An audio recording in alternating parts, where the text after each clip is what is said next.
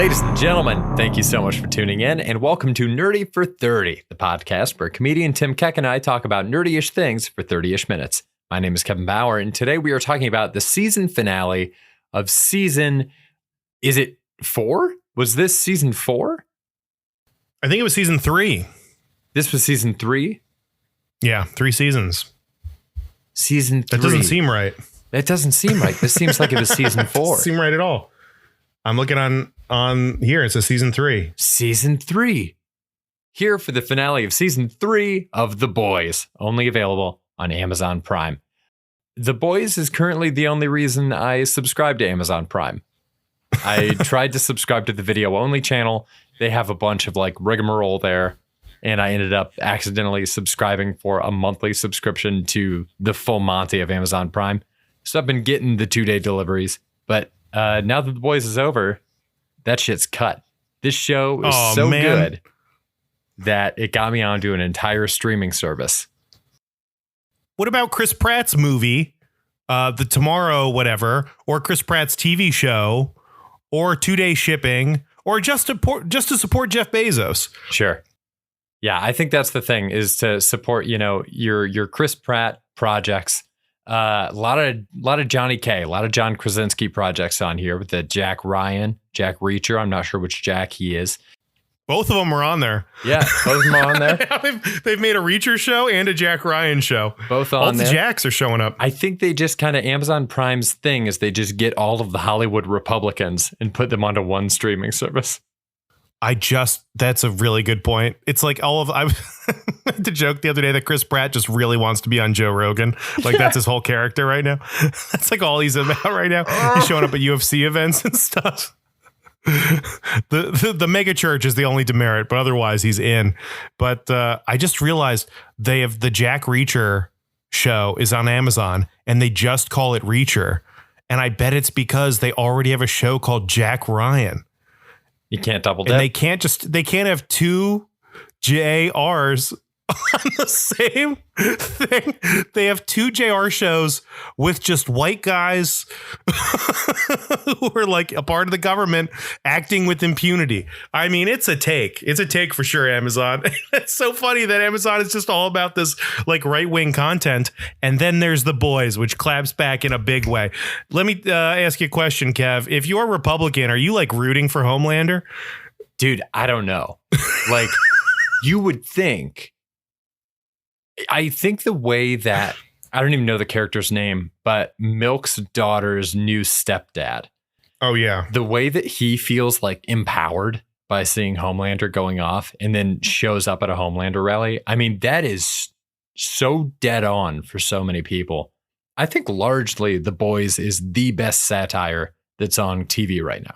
This show is so fucking good. It's such a concise and clear takedown of like gross late stage capitalist, corporate, unfeeling co-opting of social movements, doing whatever the fuck they can to get ahead. It's incredible. And I think the biggest hurdle that stands in the way of more people watching this show and realizing how good of a satire it is the fact that there are superheroes. You're saying that dissuades people from watching it, that it's superheroes? Absolutely dissuades like a large viewer base, even though it's a parody of superheroes. I think the circle of people that watch The Boys, I would assume, is a little bit bigger than the circle of people that watch Marvel and DC movies, because it is kind of a takedown of superhero stuff, even as it is a piece of superhero media. You're not saying more people have watched The Boys than have watched Thor? Not more people in terms of numbers, because I think obviously like The Boys doesn't have the kind of like global reach that Thor has. But yeah. I'm saying like in terms of like demographic bases, like when people say it hits multiple quadrants, I feel like they're the circle of different demographics hit by The Boys. Maybe I'm wrong here. Am I wrong? I'm just thinking about the fact that Dave would never watch The Boys. Is there any world where Dave watches The Boys? Dave is just a friend of ours who seems to have his life together. and no, I think he would watch The Boys before he would watch Marvel. But I don't know if that makes it like a broader appeal or not. I don't know. I think Marvel is just so I don't want to be criticizing something that I love, and we obviously talk about in this podcast a lot, but there is like a somewhat generic and harmless quality to Marvel where like anyone can go watch Spider-Man and no one's going to have like anything they believe in challenged in any way. You know, there's not even enough violence. The violence in this alone, I feel like it alienates half the people who watch, you know, Marvel movies, right? Like this is too violent. It's too graphic.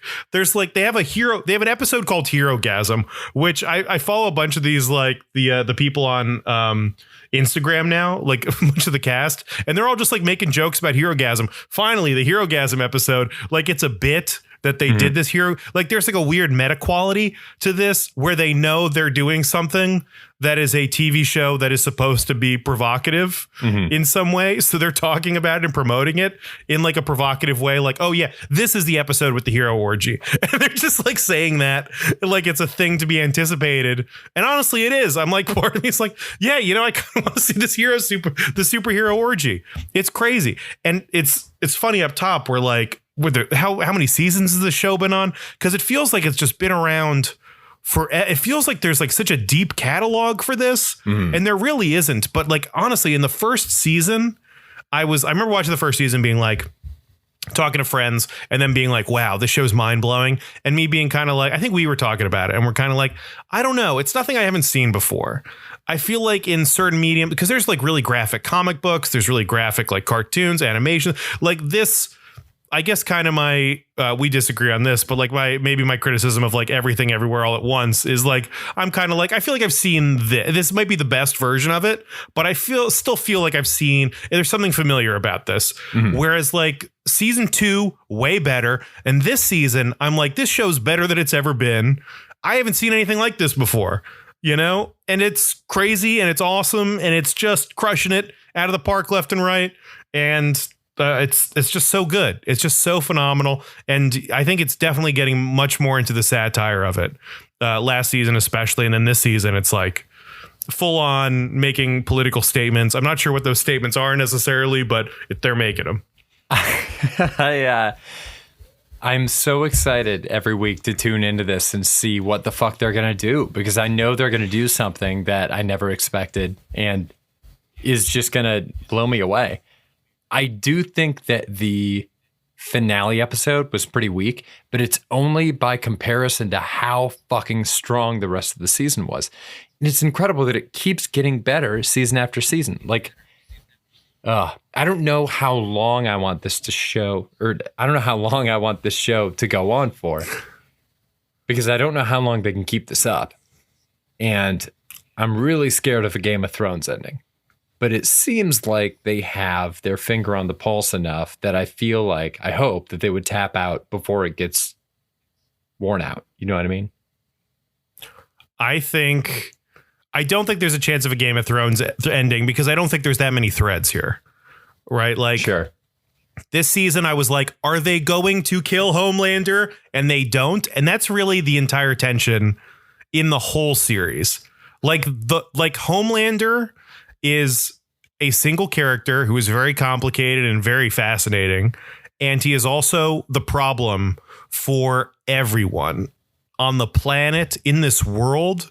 He is omnipresent. He is just by far the most powerful person, and he is unstoppable. And the ramifications of this is like truly, there's been so many versions of like if Superman was bad. This is like truly about like if Superman was a fucked up individual and you had to constantly wrangle him, cater to him, like if he had absolute power. And just the metaphor, the comparisons here are just very apt, you know, like what if Donald Trump was Superman? Yeah. It's like, that would be insane. That would be crazy. And in some ways he kind of is, you know, right? If you're the president, you have like absolute power. So I'm sure there's all kinds of levels of like, you know, metaphor here, but still, when you're the most powerful person on the planet, you have your finger in every pie, and like your mood directly impacts like life and death situations for the entire planet. It's fascinating. It's like truly, it's the best exploration of this idea that I think we've seen. Oh, absolutely. Because anytime we've ever seen it in a comic or a video game, Injustice is probably the next most popular adaptation of What If Superman was evil. Which is great. which is great. But the version of Superman that's evil that they have in that is basically as black and white as normal Superman is good, where it's like a very unrealistic level of morality where he becomes completely to his core uninteresting evil, where Homelander is evil that you know. It's the kind of shitty guy that might be shopping next to you in the grocery store. Like, he is a real person that has superpowers and is a horrible person, and that it's just so much more interesting. Oh God. The fact also, I was thinking about your Trump comparison, and I was thinking about when every day I was checking the news to see if he had started a nuclear war via Twitter. And I was like, well, if if that was a Homelander situation, that's what people in this world would be doing every single day, except for the fact that before this season, they never saw him for who he really was. So I thought that was a super compelling twist in a black and white morality thing like the DC Comics universe. As soon as they see the leaked footage with Starlight, everybody's against him. But the real world is a lot more complicated now. And it felt simultaneously horrible and kind of cathartic to see that play out in the same way in this. It's weird because it's just so accurate. It's like we watched, not to be, I mean, this is a political show. I mean, this will be our most political podcast, but like we watched a man say unspeakable things that had never been said before. And then he just, becomes president and people care, and it like galvanizes his base. And then it's like, hey man, can you try not saying something racist? He says something racist and more people perk up and like galvanize his base. It's like, this is just like, it's fascinating. It's like, it's the way the world works. I want to say now, but maybe it's the way the world has always worked, which is like, there's always people who are just like Galvin. I mean, everyone's just so different, I guess, is part of it. I mean, I think I was trying to figure out like what I was on like Reddit and stuff, trying to figure out like what conservatives watching the show are thinking about it. And I think a lot of that is like kind of like not ignorance, but like, whatever. They're just making a joke. Who cares? And all this is bullshit. Oh, but there is also this like underlying thing of, what is it, Vought, where the entire company is just bureaucratic bullshit. And like the whole goal of the show is that Homelander exists and someone wants to kill him. And he's been trying to kill him for 3 seasons and he just can't do it because of all the red tape.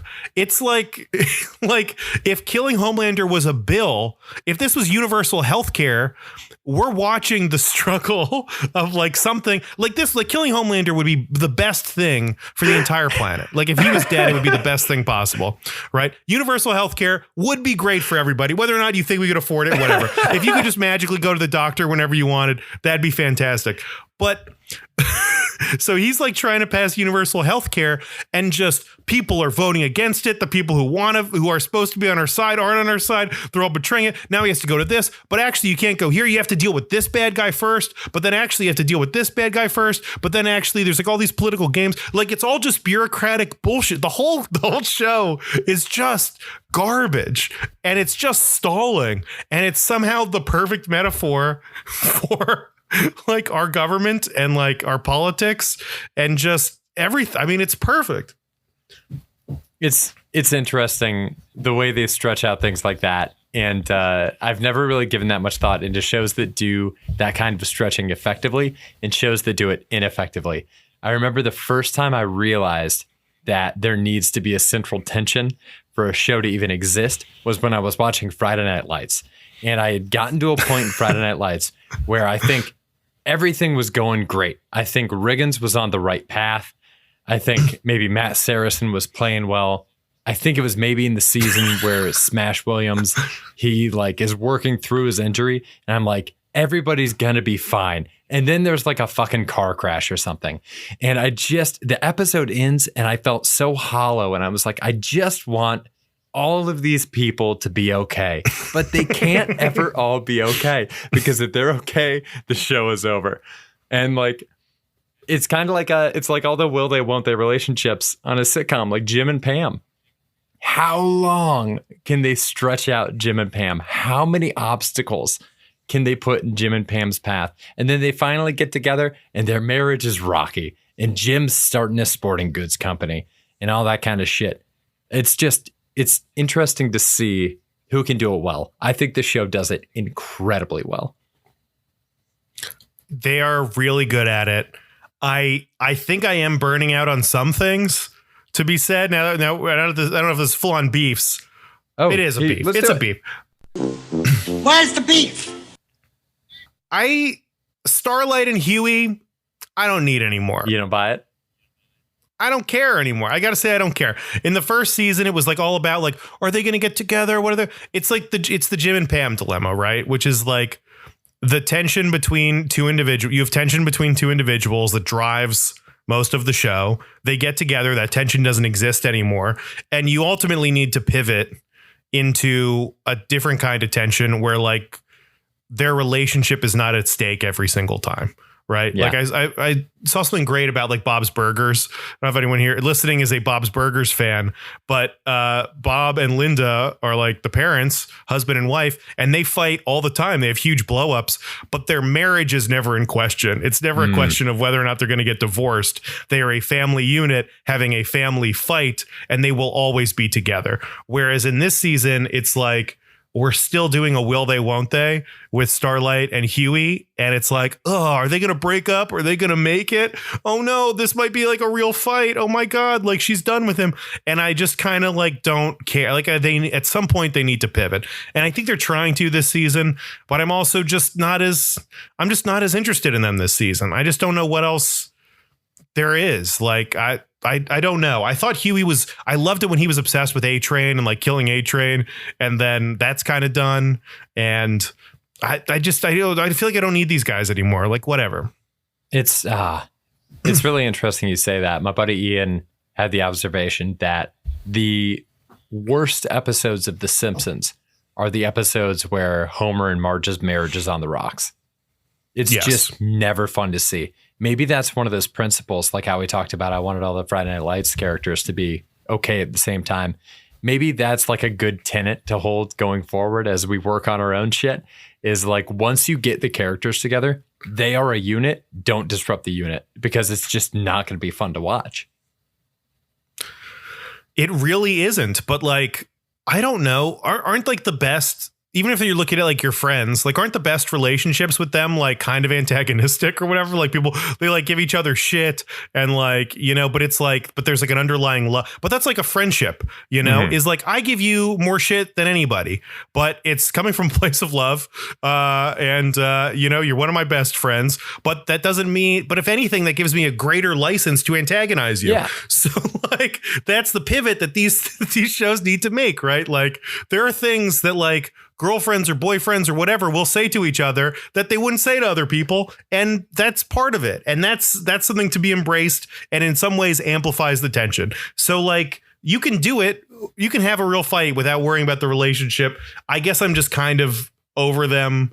I don't know. And there's so many, and it's crazy when we have them as characters and I'm like burning out, and then they introduce Soldier Boy, who I am just all in on. I just want more Soldier Boy. It's fascinating. What do you think of Soldier Boy? Was he a thief for you, a beef? He absolutely was a thief. I mean, that's another one where I feel like I've seen comics pull off less interesting versions of Captain America would be an asshole because he's from a different time. So if you brought him into the modern day, he's not just going to be this incredibly progressive dude. This is definitely the best version of that I've seen. I saw an article before Soldier Boy even came into the show where the actor that plays him, Jensen Ackles, was talking about how much work he put into his Soldier Boy voice. And I never watched Supernatural, so I don't have any kind of a connection to Jensen Ackles. Do we have to watch Supernatural now? I think we do, because fucking Dean from Gilmore Girls is in it. And like people I think we have to watch Supernatural. I think we do. First 5 seasons, I heard. They were so they were so stoked for him, and he was talking in this article about all the work that he put into the voice and how he was trying to base it off of like popular celebrities and Hollywood actors of the time when Soldier Boy would have been in his prime. But in execution, when you listen to him talk, he's doing a really, really good parody of the Chris Evans Captain America voice.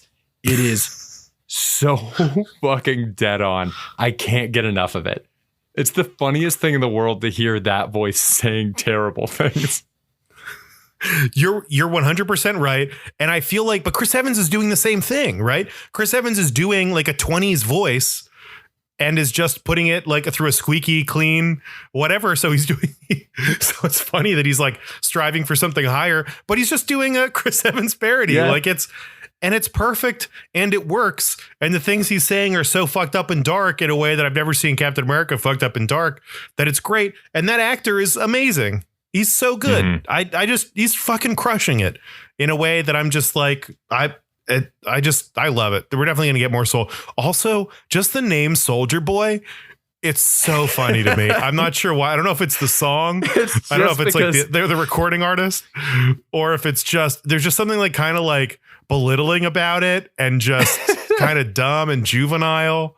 Soldier Boy, like, it's just so good. Dude. And people speak his name with fear. He was the most powerful human being on the planet. And they were like, shh, you don't want to do anything to upset Soldier Boy. Like, they call him Boy and they're worried about how he's going to react to stuff. It's just, it's great. It's such a good name. I love that.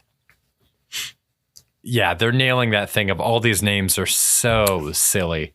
And if you take them in isolation outside of the media where we have something built up on it, it's like, okay, well, everybody's scared of Dr. Doom.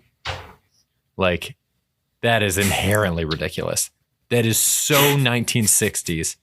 And you can't change it because people will be furious if you change it. And also, most attempts to change it are fucking awful. I think it was Victor Van Damme in the first live action Fantastic Four movie. I'm digressing. Show was great. What did you think about the A-Train storyline? I liked it. I actually kind of enjoyed it. I just thought it was super interesting. I hate A-Train as a character so much. He's maybe the biggest villain on the show. You mean I feel like you love to hate him, or you hate the inclusion of the character in the show? I think I love to hate him. Yeah. I think they're making him like the most hateable character, and he just is. He's just such an awful character. I mean, he's Nancy Pelosi taking a knee with a kente cloth. Like, he's just like a despicable human being capitalizing on a movement for his own political gain. And it's like, you are the worst of us. And it sucks, but I want Huey to kill him. But the whole drama of, honestly, maybe the most fucked up part of like the whole show is when he wakes up and the heart of the man that killed his brother is in his body. I gasped. Yeah. I was like, what the fuck? Like, oh my God. Even as much as I hate A-Train, I was like, this is the most perverted thing I've ever seen in my life. It's so fucked up. It's crazy. It was like, what a hellish, like, body horror. I'm right there with you. As soon as I started seeing it coming, and I was saying out loud to the TV, oh no, oh my God. Like, the dread that filled me. Oh man, what a fucking twisted. It was a really incredible ride. I think my like reckless speculation for the next season is I think we are going to see kind of a face turn from A-Train. The look on his face when Homelander set down the Black Noir helmet, I think he is gonna flip. I think he's heading the other direction now. But largely, it's interesting to see the members of the Seven, and it's kind of an exploration of the type of people who decide to be very on board with the actions of a soulless corporation for personal gain, right? Like, when I look at the members of the Seven, I see people that are like on the board of a company that's doing awful things, and they are just pretending like it's not also their fault for being there. I'm not going to name names, but a friend of ours works at a company who did a presentation. Name names, out him, get him fired. They did a presentation about how they're going to be building wells over in Africa for monetary gain of themselves. The benefit of people did not factor into the equation. It is strictly because of the monetary gain that they would get from the marketing push from doing this. And like how you can't, like, it's such a, are they technically doing a good thing? I mean, yes, but they're doing it for all the wrong reasons. And it just doesn't sit right morally for some reason. I want the well to be there, but I want the focus of it not to be for that awful corporation to make money. You know what I mean? So I think this is like an interesting exploration with the members of the Seven to see, you know, how these different people justify it. And you see the lengths that, what's his name? The Deep goes through to stay there, and like whatever fucked up morals he had left, he's willing to compromise. Ugh, it's a lot, man. It's wild. Another despicable character. I think I might be burning out on the Deep a little bit. I feel like I've seen him fuck enough fish. I'm like, I get it. Is I it don't know that- if I need any more. It's not shocking anymore. I don't know why people still act like they're shocked when they find out that he's fucking an octopus. That it should be a given that this dude is doing that.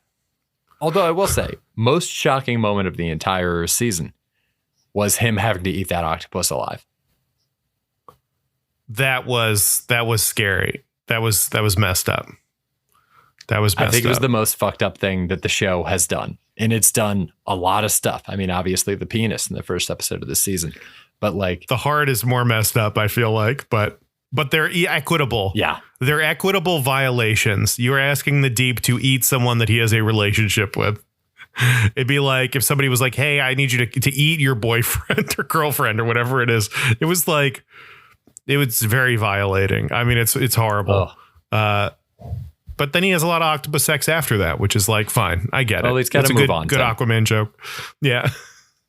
Part of me was surprised, all right, because he's got this like wife who was like in a cult that is like his brand ambassador, and he was like, "Hey, will you fuck this octopus?" And I was kind of like, "You won't fuck the octopus?"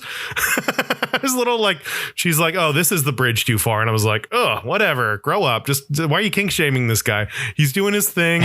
He's just living his best life, and you're too good to fuck an octopus with your partner. Like, come on. If you want to support your husband in this way, he doesn't need you, you know."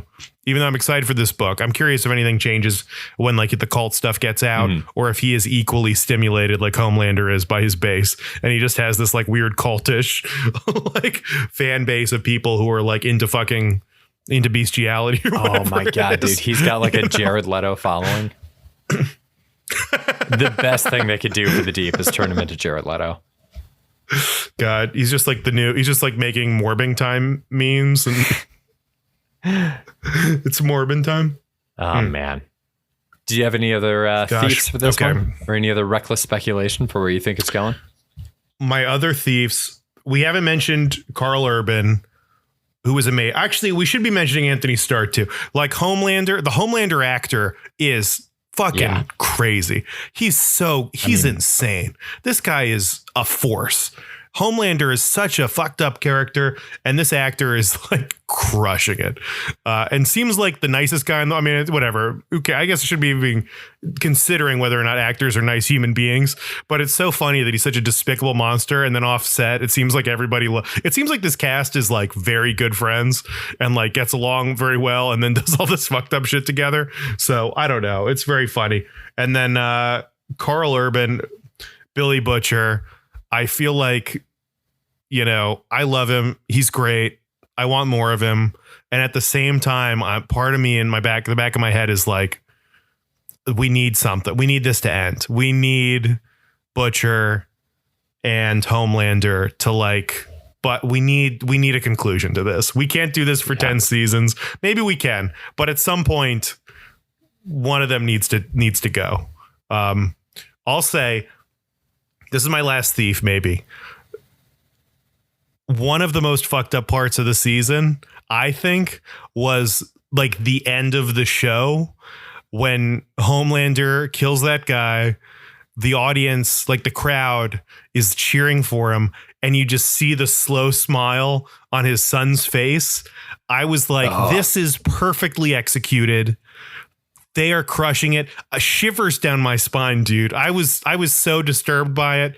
It was perfect. That was done Oh my so God. well. The arc of this kid, they're handling really well. It's just great. It's crazy.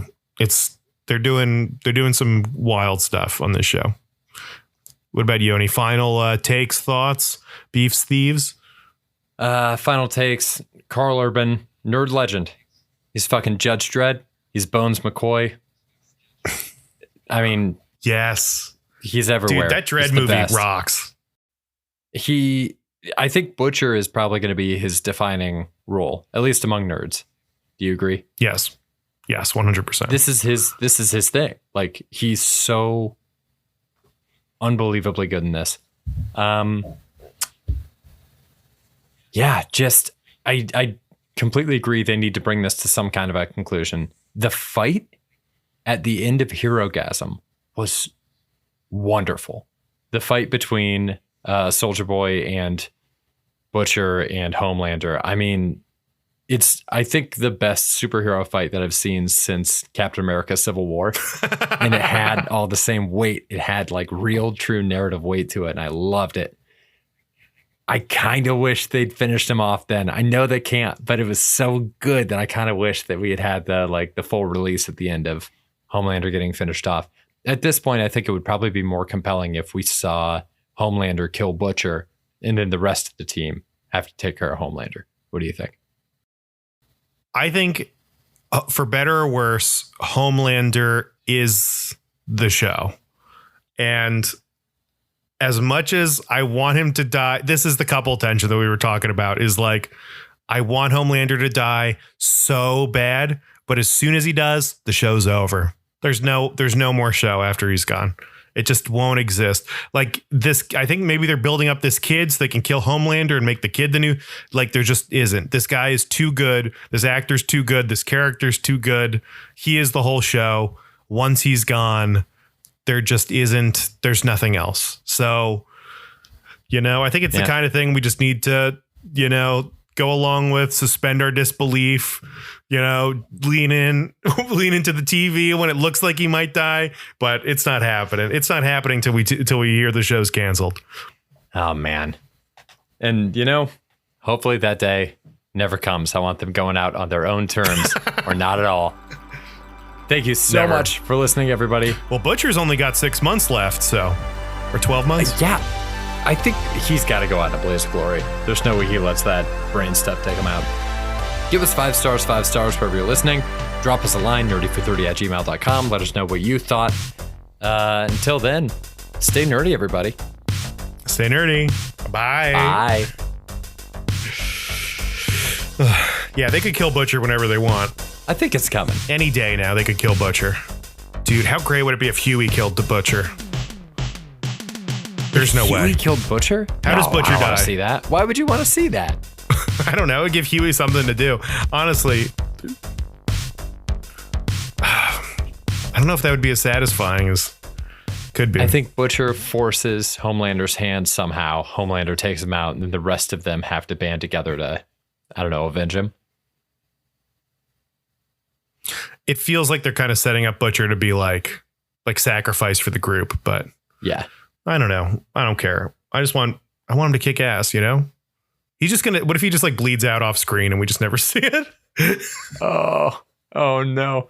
They just start season 4 and he's not there. He just gets that brain hemorrhaging.